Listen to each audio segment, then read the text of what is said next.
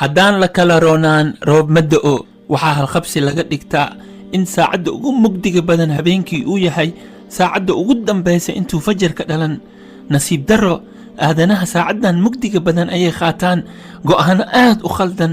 waxaad arkaysaa lamaano furiin ku degdegaayo, ganacsato ganacsiga xiraayo, iyo siyaasiyiin iyo madax oo qaadanaya go'aano aad u khaldan.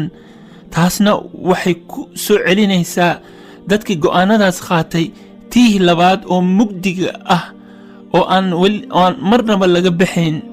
laakiin haddii saacaddan mugdiga ah uu qof walba nafsadiisa xumaatada farta ka xakameeya tallaabooyinka xunxun oo samir iyo dulqaad iyo tanaasul uu yeesho, wuxuu ku guulaysan qofkaas inuu arko iftiinka fajirka iyo quruxda maalintii. xaaladda runtii oo maanta ay Soomaalidu ku jirto waa saacaddan mugdiga oo kale.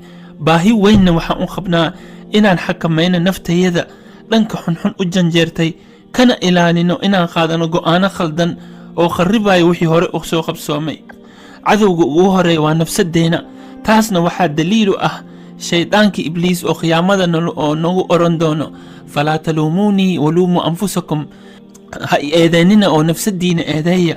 marka way sahlan tahay in mar walba aan eedda saarno faragelinta shisheeyaha, laakiin xalka ugu muhiimsan wuxuu ku jiraa inaan gudahayna nafsadeyna muraayad dhabaha inta ku fiirino oo waxa naga khaldan aan iska bedelno hadduu alla yiraahdo. maxaa yeelay waranka colaadda anagaa isku taagnay, cadowga dibaddana waa nagu ligligayaa. marka walaalayaal waranka colaadda aan iska saarno si loo waayo waxna la ku ligliga hadduu alla yiraahdo.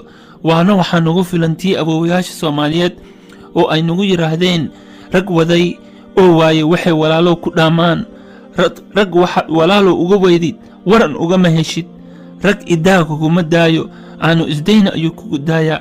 xaajo war ku aado war ma looma doonto. laablakac lur baa ka dhasha.